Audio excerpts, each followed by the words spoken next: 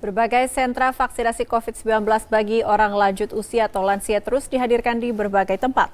Salah satunya di sentra vaksin Serviam Sekolah Santa Ursula, Jakarta Pusat.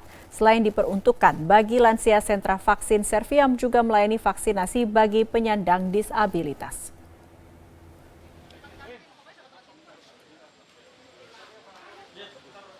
Sentral Vaksinasi Serviam Jakarta telah memulai layanan vaksinasi COVID-19 terhadap orang lanjut usia atau lansia di Sekolah Santa Ursula, Jakarta Pusat.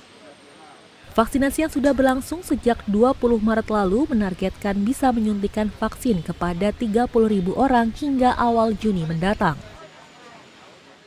Sebetulnya target kami adalah 500 orang per hari. Dan kami berharap sampai kami selesai nanti ada 30.000 karena sampai dengan tanggal 10 Juni itu kalau dihitung sekitar ada 60 hari kerja.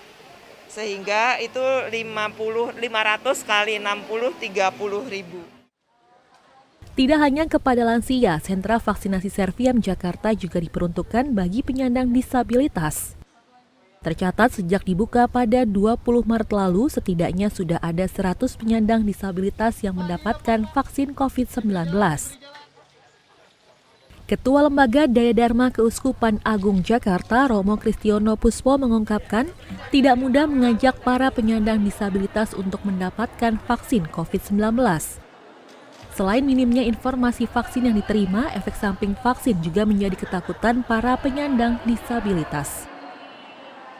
Meski begitu, hingga saat ini belum ada penyandang disabilitas yang merasakan dampak berkepanjangan usai divaksin. Sebab screening kesehatan dilakukan secara cermat dan teliti. Ternyata vaksin itu masih cukup belum familiar dengan mereka.